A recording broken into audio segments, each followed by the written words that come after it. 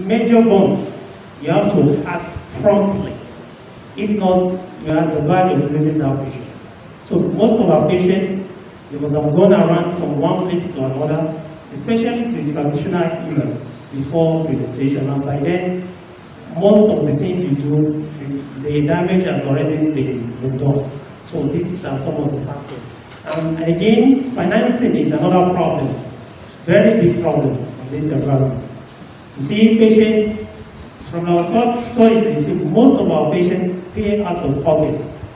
And if you ever experience managing a patient with bonds, you will know the gravity of the financial implication. It's very huge. We want to talk about the dressings, talk about the medications, admissions, the surgeries can be performed. No, it's very enormous. So I think the social welfare should be aware of this, and also philanthropists can be reached out to it kind of provide some, maybe like a finance pocket in the hospital where we can tap in sometimes if you have bonds patient. And you agree with me, we are entering into the peak of bonds. How prepared are we? I think we have to start now. And by God's grace, I think if we can do all this, we're going to win together. So I think these are some of the reasons. The scar bond. The scar bond is an injury from liquid. Most times, water in our environment. Other things we've seen mostly at home is hot oil, like palm oil, granite oil. Someone is frying. A baby goes there and crawls to the place and falls on the baby. Other things are melted sugar. We've seen people want to make sweets at home. They are melting sugar. It's already liquid. They go there and also get it.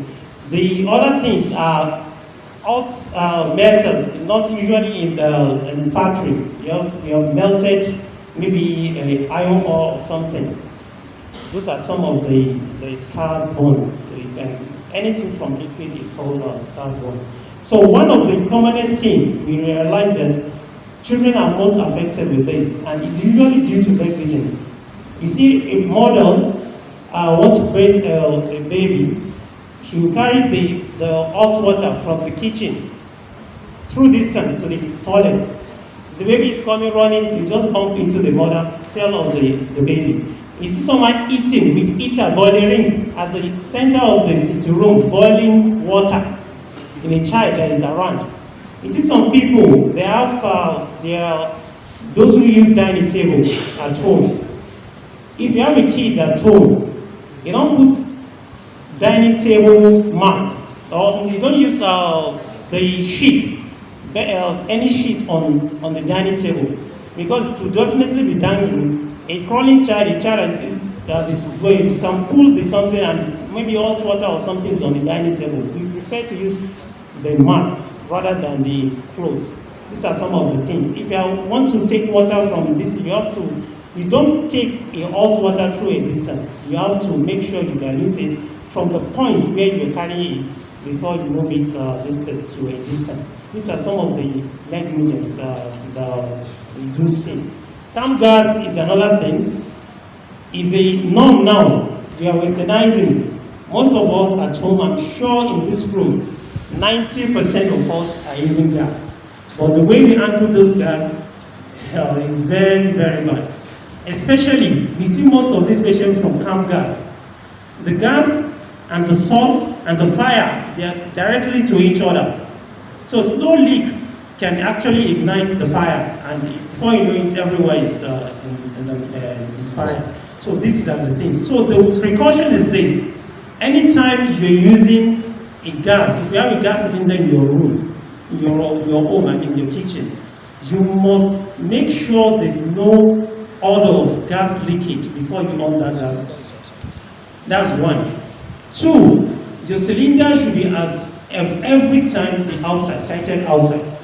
Because if there's any leakage, it can take through the air and dissipate around.